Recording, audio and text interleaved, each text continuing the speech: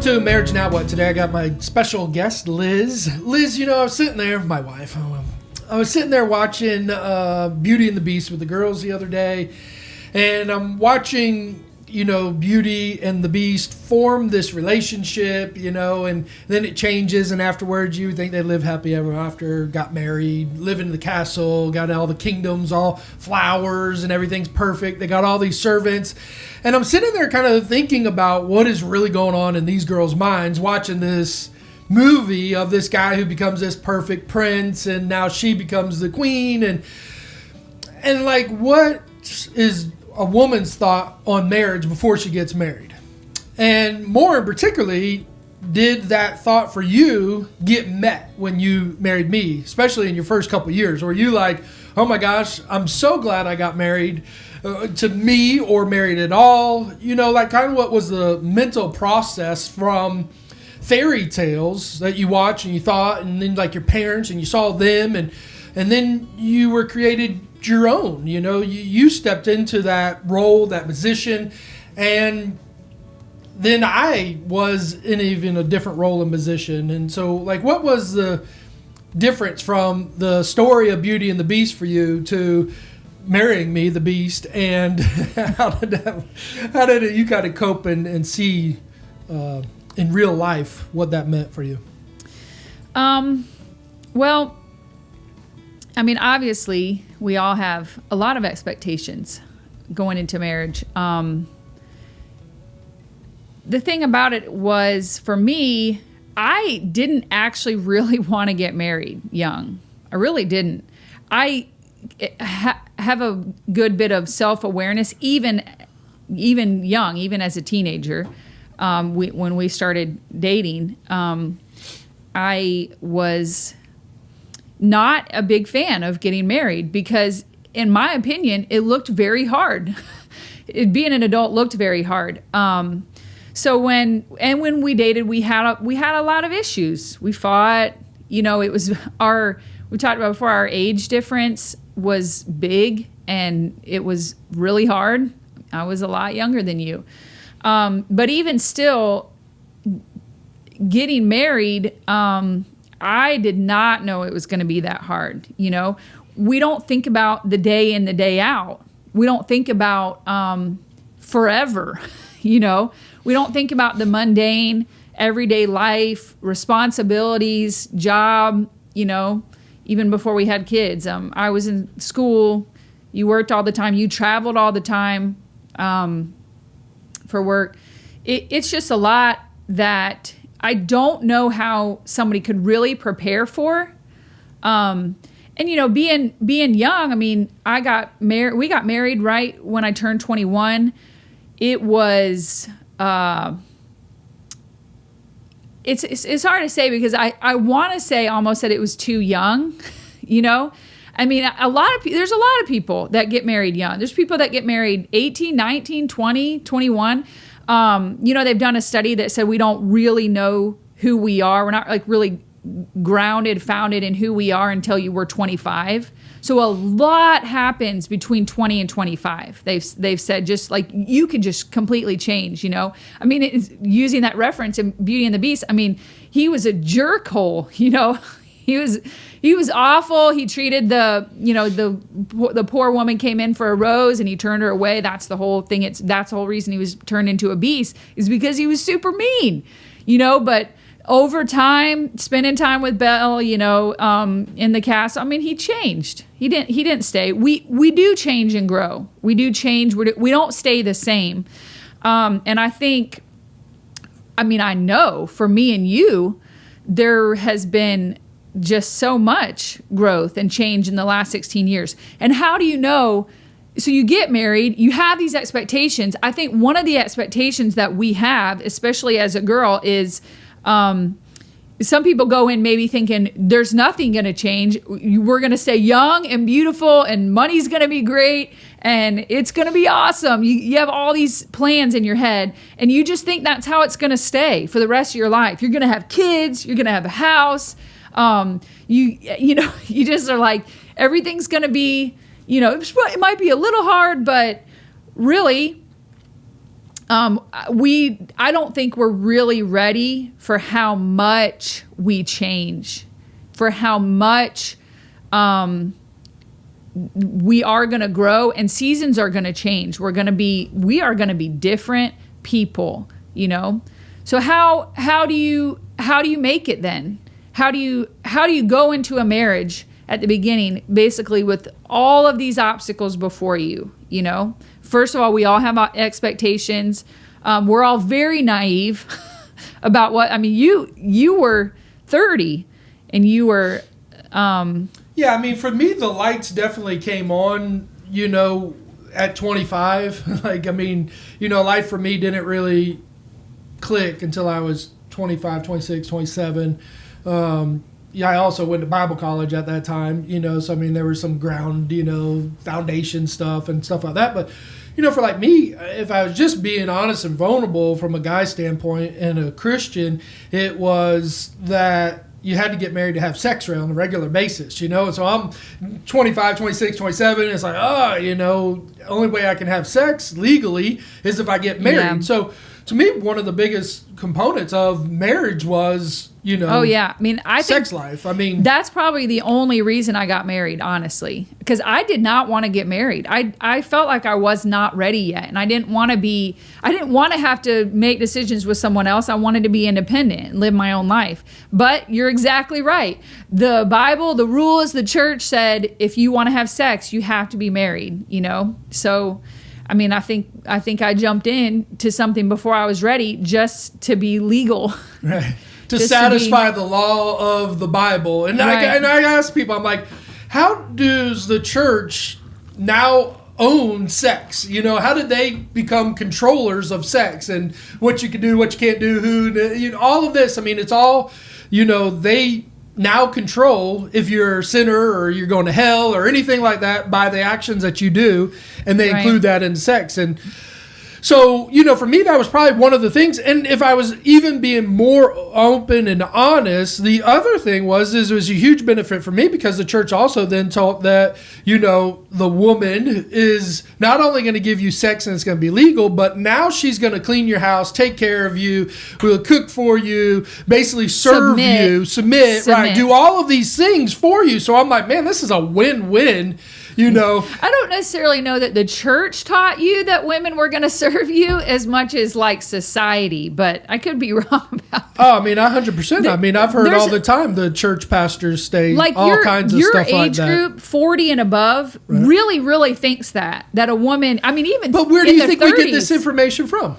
I mean, I guess so. But guys in their 20s don't think that way anymore. I mean, it's a lot better now. Younger guys are like, okay, we're a team. We're going to do this together. I'm not marrying somebody to have a slave for me. I want to work together. Thank God. Thank God. Prove me right or prove her right.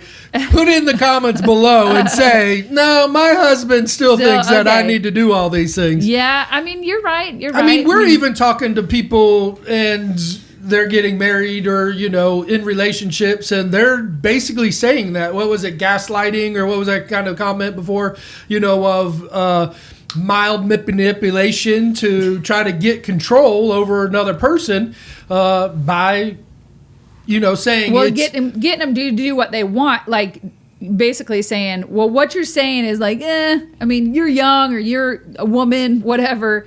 But what I'm doing and saying is very important, and I need you to do it. I need you to serve me, and I need you to do it for me, because that's just part of this package, you know? Yeah, like we heard somebody the other day, and they were kind of saying like, oh, well, my husband doesn't want me to leave the house. He wants me to stay home and you know, do these things. And I was like, yeah, of course he does, because he thinks if you're staying at home, you're doing the responsibilities of the house. Right. And if you're away from the house, then you are neglecting your responsibilities at the house, and he has less control now. The house is going to be a disgrace and all that. And and if he has to work all day, then you need to stay home and work all day. Is that another thing? Right. It's a trade-off. Like, I'm doing my job. I'm leaving. I'm doing my job. Now you have to stay home and do your job. So if any guy is listening, I would like to say the problem with that is when you get home, you get to stop.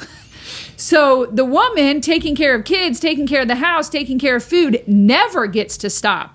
all day and all night. She's taking care of a kid, getting up in the night with the kid. So how is that fair if she never gets to go anywhere? Play date, even if it's just bringing the kids play dates, a pool, the springs or whatever, using the gas. You know, they live way out of town, so to drive to town or to drive anywhere is using gas. I mean, to expect that the woman is 24/7, you only have to go to work for a certain amount of time, and then you get to come home and just like put your feet up and take a break, you know? And even a lot of times I think guys come home and are just really grumpy, just really irritable. So now you're going to come home and dump all your irritation all over your family, you know, and not really spend quality time. You're there, but you're really not there. You're not really spending that quality time. I mean, listen, being an adult, it's a lot. It's a lot. It's hard. It's hard if you don't have very much money. You're struggling for money. It's even harder, you know.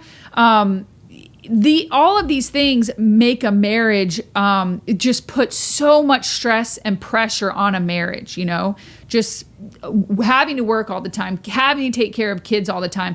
It's very mentally and emotionally just hard. Right. And I definitely, like, I understand when I'm hearing another story of a woman saying something about a man, I'm like, oh yeah, of course, you know, like I understand that completely, you know, even to say, you know, well, I'm the only one working, and so basically that's my car, that's my money you're spending, that's, you know, and being in control. And really what he's basically saying is value me. You know, it's kind of you're like being mean about basically saying, you know, please think I'm good or kind or great to do these things for you. But instead he being mean about it. I was being mean about it, you know, and I got different results. Like I realized when I was mean to you, it didn't help you blossom. Well, I'm just gonna shut down, right, and get defensive and be like, well, hey, what I do is valuable, you know. And it is hard for, I mean, both men and women, whatever you're doing, to really feel appreciated and valued for what you're doing every day, you know. As a mom, you got babies, you got toddlers, you got kids, whatever, you know.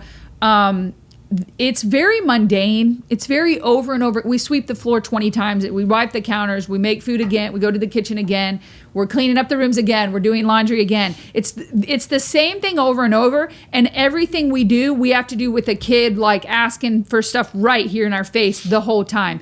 I mean, I just wonder how many guys would do good if they had to do their whole job with you know, a kid yelling and screaming the whole time or fighting in the background. I mean, it's maddening. I bring my kids to work and I'm like, after an hour or two, okay, now leave, you know. And I'm even trying to give them other things in the office, you know, okay, do this, do that, do this, you know, get away basically. Right. You know, let me have my own time, my own space. And like even the thing for me is, you know, I would go to different jobs, meet new people, have different challenges every day that were different, unique. And so I'm kind of always moving, thinking, talking, you know, and then you come home, and I come home to you and it's like, you know, well, I need more clothes. I need this. Well, why didn't you go to the grocery store? Well, and like you said, it's all the repetitive stuff. And when it's repetitive, it's not the greatest feeling to jump up and accomplish it, you know? Yeah. Oh, it's terrible. I hate it. You know, as soon as you get it done, there's going to be more. It's like that kind of that never accomplishing feeling, you know? I've always been a stay-at-home mom, and I've always been jealous of moms that get to go to work.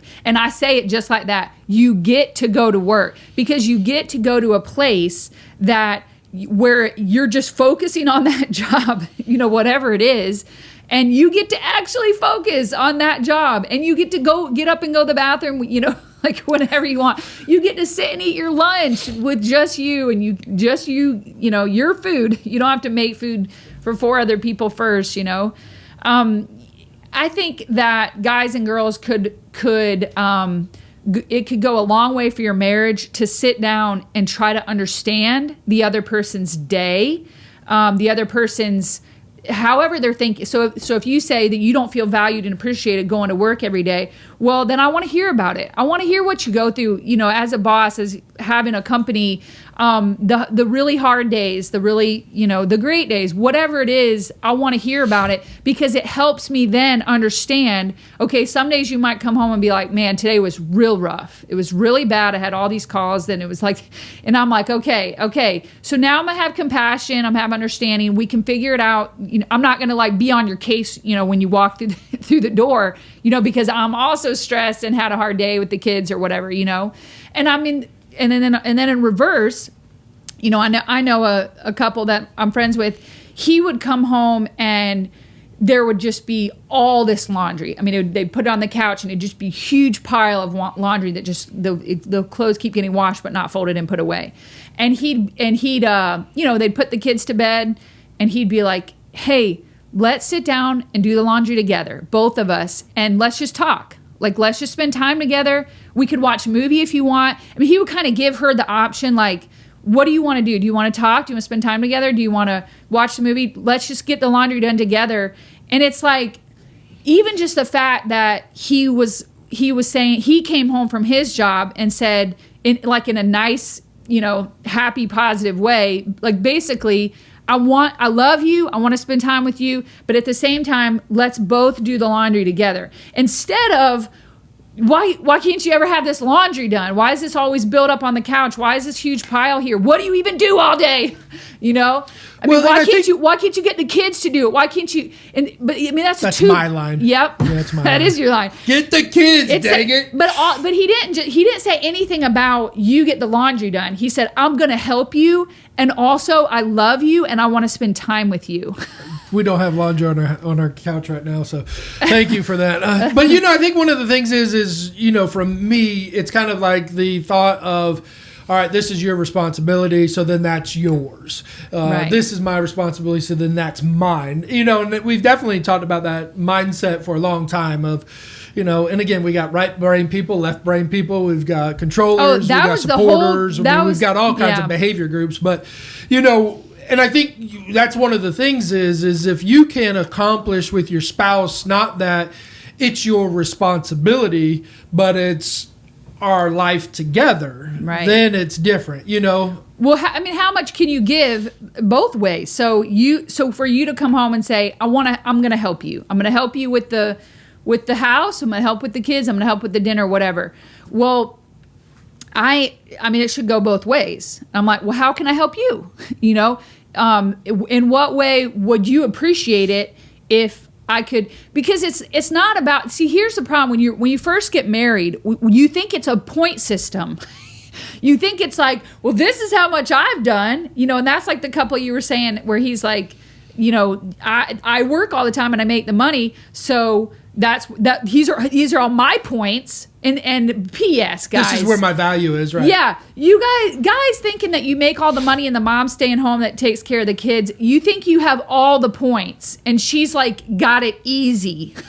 Like you made 100 points that day and she made 10 because she got to sit down on the couch once in a while, throughout that day. And the house is still a mess when you got home. So you think that she made, maybe 8 or 9 points. Right. It looks like she's done nothing, Right. And it's like, I've done all this. I've felt all that. I've been yelled at by my boss. I got all this pressure. Right. And, that's one thing. You think your points hold more value or you made more points. That's how early marriage is. You are thinking about marriage on a point system, and it's not that way at all. It's more like throw all that away.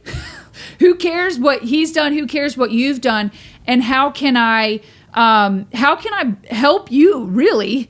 I mean, how can I more understand what you've gone through in the day and go above and beyond. See, that's the law. The law says this is justice, this is right and wrong, everything's black and white.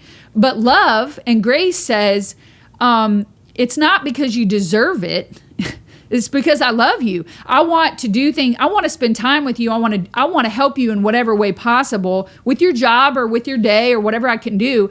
Not because you deserve it, because I want to, Well, I think for me, one of the things that I never really verbalized, but now looking back on it, would probably say I treated you like I treat everybody else. So if I'm at work and I'm in a disagreement or something, I'm a fighter against them. It's like, oh no, I gotta do it this way. It's like me against the world. And I think when I came home, I was still me against you. It was kind of like, I've got to win this fight. I've got to say this. I've got to do this. She's got to do that. And and an employee, like you were the boss. You're the boss. You're the boss of your company. So you'd come home like you were my boss, and like the house was get it done, woman. The house was the company.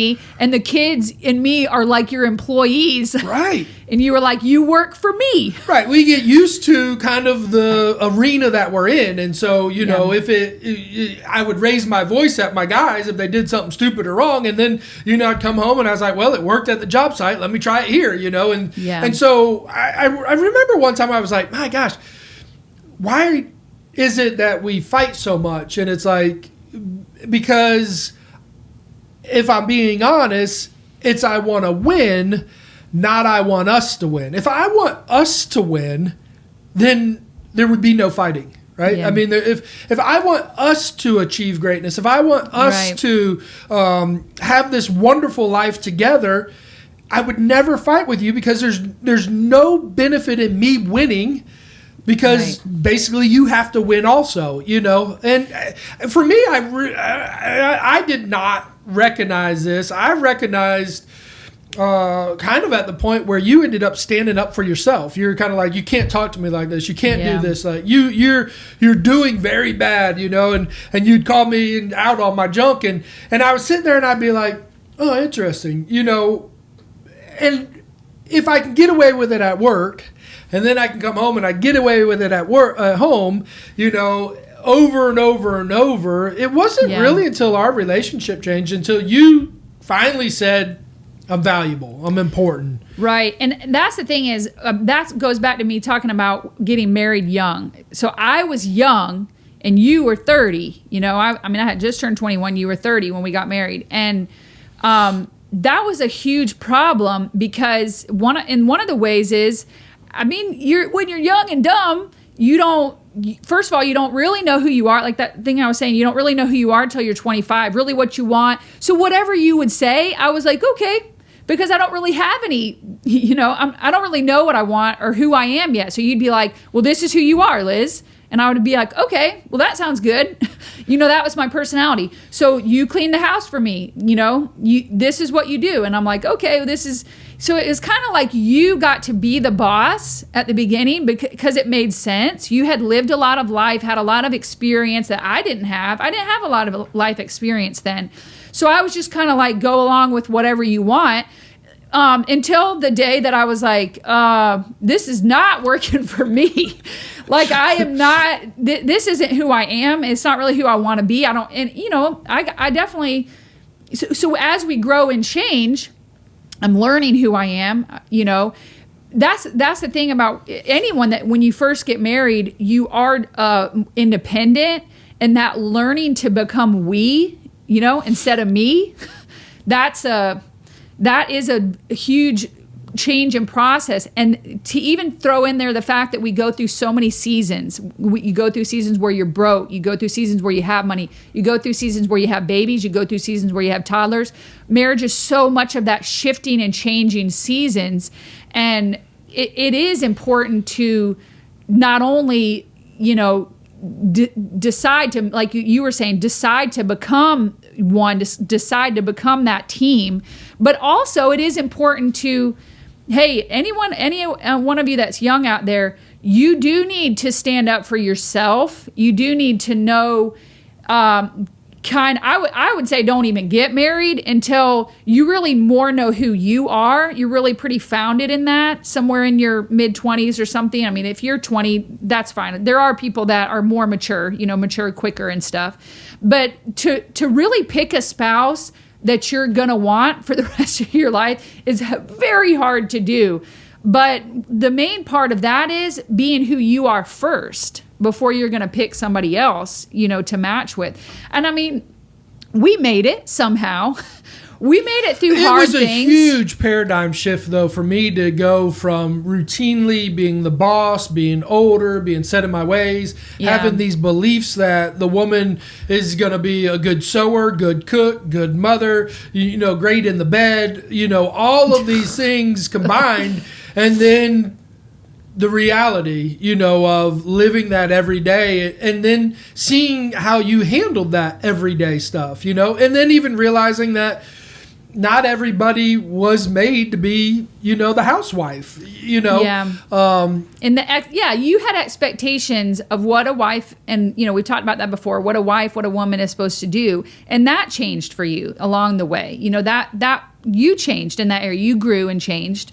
Well, and I kind of had to, when I say paradigm shift, I kind of had to say, well, what's more valuable to me? Is the house being cleaned by Liz the thing that will give me great infinite pleasure? What are my 5 gifts? Am I a touch person? Am I a time person? Am I an acts of service person? What is it that builds me up? And then even at that, what do I really need you to do? So if I'm acts of service, then it would seem like, okay, if she cleans the house, if she does the laundry, if she takes care of the kids, if she feeds me, if she does this, those are all acts of service. And so then you need to accomplish them to please me. And it's kind of like, but really, could the acts of service be, hey, have a good day at work, that's words of affirmation. But, what could the acts of service do that you and I still connect on these levels, but I'm not demanding that you have to fulfill the responsibilities of these acts of service either. That was a huge paradigm shift for me. How do I stay who I am and what I like and what I want and still value you to the same level plateau of what is Liz like? What does she want? How does she find value? What responsibilities does she want me to do or not do? What can I not do? Like, we have people come to our house and do work on the house, and then we did a lot of quarantine, and so then I'm doing a lot of the projects around the house, and you're like, holy moly, I didn't know you could do all this. And I'm like, well, because usually I have people come do the stuff, and now I'm bored. So, Right. And to learn and think differently is so big. That's what you're saying. Like, you learned and you made the decision that you were going to change your mind and think differently. And, for someone out there that is, whatever situation you're in, whether it's the guy might be way older than the girl, and he maybe makes her feel like she is less valuable or important, or her opinions don't matter very much because she's young. And that's not okay. You can't just decide that because you're older or you might think you're smarter that you are more correct or you're the right one in the relationship. You're the smart one in the relationship, and the other person is the one that needs to change. I was reading through good questions for people to go through before they get married to each other, and one of the questions was, would you be willing to go to counseling if we felt like we needed it, together, learn and grow together? Because that's a huge issue. I'm going to say it, especially for guys. What was my comment? I remember asking you, and I was giving up on the marriage for sure. And this was early on. And I remember asking you to go to counseling, and you said, I'm not the one that needs it, then you are. If you said, if you want to go to counseling, then you go, because you're the one having the problem in the marriage. I'm not. Like, basically you were saying, I'm fine with the status quo. And I was saying, I'm not. And I mean, it was understandable why you were fine. Because I was trying to get everything I wanted, right? Well, yeah. And plus I was giving it. I mean, I wasn't perfect, but I was definitely trying my hardest to please you. I was being a people pleaser. I was killing myself to try to make you happy, clean the house, take care of the kids, and do it all perfectly, without messing anything up. And I was drowning, and I wanted to go to counseling because I wasn't happy in our marriage at all. But that's an important thing. It's a very valuable thing that I think people should ask each other.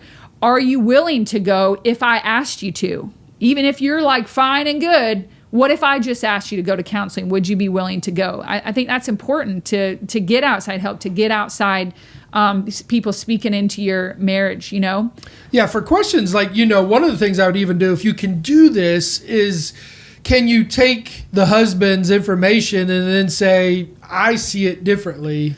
And can you agree that the way that I see it, and take my information and your information and blend it and make it 50-50? Or, right. What can you do? I would test and challenge that. I don't know exactly how to do that, but kids, well, what do you want to do about kids? Like, bring up questions of Absolutely. your beliefs of who you think you want and what you want. Hardcore, like you could say, I'm unchanging on this belief. And it's like somebody I know said, I don't drink alcohol. And so if you're going to marry me, that's like a deal breaker. Like I don't want you to drink either.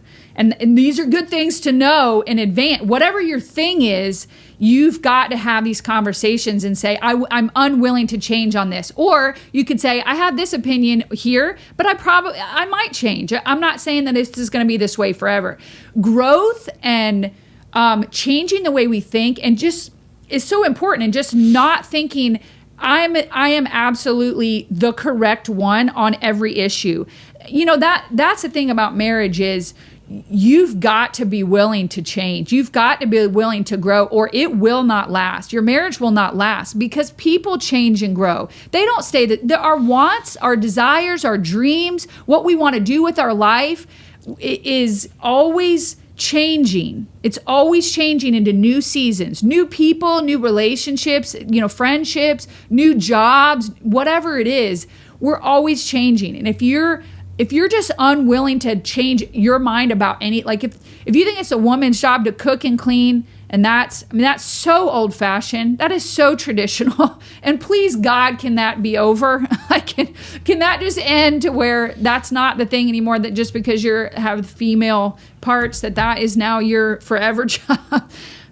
Because as long as you keep on making cookies. I mean, because what it'll end up getting to, like in our society, it even got to the point where now the woman has to have a job, bring in an income, and be the one to cook and clean primarily, and right. take care of the kids. I mean, that's some bull.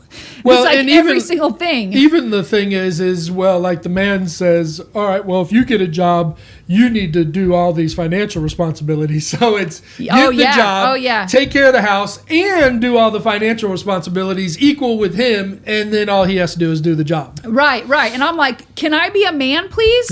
Well, Taylor Swift says it the best. Like for me, I love Taylor Swift from the standpoint of, I think she's a pastor, right? Her. I mean, like, I think everybody has gifts. And I think for her, I mean, she's a pastor or apostle or something. But, I mean, she talks about women equality. Like, where's the church on women equality? Yeah. I think the church is like, hey, no. The church says women submit. Right. They're basically for women to be put down. And that's a good point to bring up, too. You're getting married to somebody, or you're dating somebody, and bring that up. Hey, what do you think about the relationship between men and women as far as team or submission? Because actually, the Bible says submit one to another. You both submit in love, in a heart of love. You submit one to another, and it's not about who did what, or like that point system. It's not about how great you did that day, or how much you've been doing, how much you've been killing yourself in your job or with the kids or with the house. It's not about that. Love puts all that down and says, how can I be there for you? How can I help you? How can I support you? Listen, people, marriage is work. It's work. And it's a big deal, and it's a process of learning and growing to become that we together. And you just can't walk into a marriage thinking, no matter what, if the other person is younger than you and you continually put them down for being young and irresponsible and not pulling their weight, I mean, that's just you saying that you're older and you're right and you're the one that's got it all together, and Well, and then vice versa. If you hear that from somebody, that you're dating and you're getting ready to marry them, I mean, that's something you're going to have to put your foot down and challenge, before you get married. Say, man, I can't wait for you to cook me dinner every night. For a woman, if a woman is saying, man, I can't wait for you to cook me dinner every night. I can't wait for you to clean the house when you get home. I can't wait for you to, do all these hobbies with the kids. And so it'd be like if the guy's reaction's like, what are you talking about? Yeah, that's definitely something you might want to think about, and money. so another thing is I would bring into that same thing could go for money. Like the girl just or whoever, I shouldn't even say the girl, whoever is making the money might feel taken advantage of for whoever's spending the money. You like, man, you just go spending the money and I'm the one making the money. I feel like it's, there's a problem there. Well, you got to get together and talk that out, and you've got to be willing to change it. Maybe say, okay, I might be just going to buy whatever I want, or we didn't discuss things. We haven't made an agreement with our finances and sat down and say, sometimes your budget's got to be tighter, but you've got to be together. You've got to talk it through. And I think, wouldn't that help, the person, whoever's making the money, to feel like, okay, we're in this together. Like, maybe not to feel so much of the pressure of the finances. Well, I mean, I know for me, I carried a credit card around all the time, and it was a business credit card, and so I would spend money all the time. Like, it's like, oh, I need new shirts, I need this, I need that, and it was in my pocket, so it was easy for me to do it. But then every time you wanted to do it, you'd have to come to me and say, hey, can I get the credit card? And, well, for what? And what do you want to buy? Oh, yeah. Then it's kind of like this, I'm patrolling the money. I'm the security guard at the bank, and now you come to me and tell me what you want, and I'll make it. That's a controlling, domineering relationship.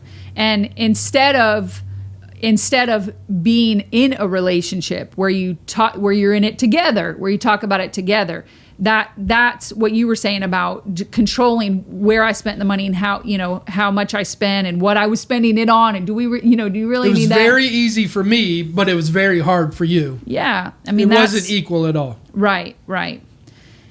And marriage should be equal. This should. Both sides should be feeling as though they are living the life that they want to live, not being forced or controlled, or like you're drowning, like you're overwhelmed. Oh, like you'll never be good enough. I mean, you use that line a lot. I felt that, and honestly, the point that like 7-year mark when I was quitting our marriage, when I was completely done, that was the continual words going through my head, was that I am not enough and I never will be. I'll never be what you want, because it was like no matter what I did, you'd come home. I could clean the whole house and you'd come home and be like, oh, you missed a spot. I remember doing that one time. I think you wanted to throw something at me or choke me out. But and that happened a lot. It was the fan. Like, you're like, oh, look at the room. And I'm like, oh, great. And like for me, the problem is when I go to the job, I'm constantly looking at check marks. Okay, this is good. That's good. Okay, this is good. You're trying to make it quality better. Control. Like, I got to do quality control to make sure that we can get paid. What does the customer want? And so I'm coming in. You're like, oh, look at the room, and it's perfect everywhere. And then I look up and the fan's got dust on. I'm like, well, you missed the fan. You're like, I mean, yeah, that, oh my God. Yeah. I mean, and that's like a stab in my heart. That's like, oh my God, I will never be good enough. I could never do it right. And what's going to happen is somebody's just going to shut down. That's what happened to me. I mean, I just shut down, and I was like, I am done, and I'm done. And I remember telling you that I basically said, I don't know if we can get a divorce, because at that point we had 3 kids, and I didn't really know how that was going to work. I didn't have any money. I didn't have a job. I didn't have anywhere to live. But I was like, I mean, we can stay together, but just so you know, I'm done with you. Like, I don't want to be with you at all anymore. That was a great conversation. So, I think that's at what point you and me were like, if this is going to work, we are going to have to change. We're going to have to grow, and we're going to have to think differently. You just can't think that all your opinions are the absolute correct one, no matter what position you're in. Maybe your spouse cheated and you didn't. Well, so now you're right all the time and they're wrong all the time. Maybe your spouse did drugs and you didn't. So now you're the right one and the correct one, and they're the wrong one. Maybe your spouse is way younger, so you think you're mature and they're an idiot. I mean, whatever it is, you have to take responsibility and say, I'm not right about everything, and I have ways I need to change and grow. Well, and it goes back to, can we be equal in our thoughts of this? I don't necessarily know that you have to agree on everything. You don't, yeah. But if you can have equal input on the subjects. You don't have to agree, but you do have to value the other person, and you have to value what they're saying and how they're feeling about something. I mean, even if you just value it enough to listen. Well, and I know we've even talked about just how we treat the kids, and we have this thought on how to treat the kids and how to discipline them and stuff like that, but then we both get angry sometimes, and it's like, well, that wasn't the way that we talked about, Yeah. But then am I to be sharp to you and be like, or you to me, and say, you didn't do what we said. You didn't do what we committed to. You didn't do, or is there grace to say, hey, what'd you think about that? Or, are you going to make a follow-up conversation with that kid, or, and just reiterate, kind of bring back some of the foundational conversations that you've talked about, what is your goal in the kids or your goal in the marriage. Right. Because really the goal is unity, Right. Life together. I mean, am I really living life together with you if I'm only doing my thoughts? Yeah. And I think you need to challenge people, because there's givers and there's takers. I mean, man, there's some people I know that they're just takers. Right. And I know people who are givers, and, seemingly those givers are always giving. And if you feel like you're always giving and you're never getting back, I challenge you to consider, Well, that's people pleasing. Those people that you're talking about have a people pleasing nature, and they'll give and they'll give and they'll give. The problem is they will get to a point where it's like bitterness grows. Like you start getting resentful. I'm giving all the time, and I'm not happy, and I'm not fulfilling what really I want to be doing. And that's an issue. The other thing I was going to say is, people, when you fight in a marriage, for us early in our marriage, I think there's always one person in the relationship that just shuts down and leaves or doesn't want to talk about it anymore, which I think is fine. When you're in a blowout, like a knockdown, drag out fight, and somebody's like, I just need to go. I need to go for a drive. I need to get away. Let them go. That's okay. You need to calm down. Everybody needs to calm down. It's okay to stop talking right then. But there's also that person in the relationship that is like, I don't want to talk about this anymore. I don't want to talk about hard things. I don't want to fight. So instead, we're just going to not talk about it at all. Like it could be. It's probably the issue that couple is continuing to fight about, and it's that underlying thing. Somebody has grown resentment about it. There's a problem in a certain area, and so a lot of times couples, I think, will just not talk about it because that's easier. That's like the lazy way. Like, well, let's just have dinner together and pass each other in the hallway while we're going to work or whatever, and that's the way we're going to handle this. Well, that issue has got to be dealt with, and you've got to find a way to sit down. So whoever's listening, if you're that person in the relationship where you're just like, I don't want to talk about hard things. I don't want to have the conversations. You've got to find a way. Do you want to be in the fight? I mean, because the fight's going to come back. It's going to come. I mean, it could be for a month or 2 months, like you were talking about before, or seasons. Maybe there's a certain season happening and it's okay. But then, boom, it's coming back. Something's going to trigger it, and it's going to be a problem. So better to sit down and however uncomfortable it is, hey, we need to talk. Hey, we just need to have a conversation. We need to talk this out. I want to listen. I want to hear what you have to say. And please allow me to talk about how I feel about it. And it might take several conversations, It might take, because like we're talking about, you grow and you change. You're not going to hash it out in an hour. Well, and that was a huge paradigm shift like I was talking about before, because all of my experiences were me doing it a certain way. And it usually would be me elevating my voice. And, and so that was routine for me. So one, it was like I had to not only look at the things that you were saying and value your emotions and change my thoughts and then apply those things to, nope, I can't raise my voice. Nope, I can't talk like that. Nope, I can't think like that anymore. I mean, it's a pretty big demand, to get that pivotal thought, changed. And that's why we're saying talk about it now, talk about it early. You're still dating, you got, butterflies, you never think you're going to have any problems with a person. There's going to be some problem somewhere. I don't know anybody who absolutely, even if they don't fight or say they don't fight or they don't have a problem, don't have something somewhere. Yeah. It's true. It's true. We all have our areas that we need to change our mind, that we need to think differently. We do. So out there, just challenge you, start asking some hard questions because life is not going to be easy. It's going to be hard. There's going to be hard things you face with your spouse, with people around you, with family members, with your kids. So why not now start to develop the communication to be able to live life together with that other person that you're wanting to be committed to?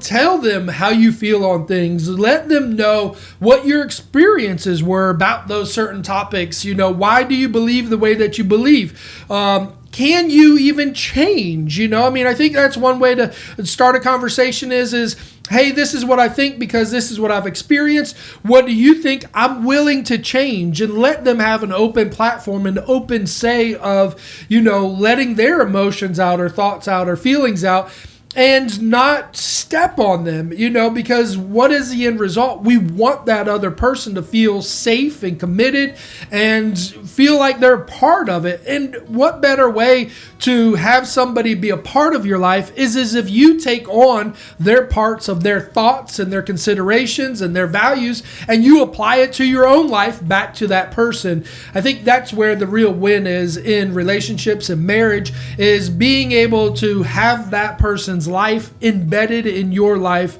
your feelings, your emotions and thoughts. Final words? Oh, I think that's about it. Until next time.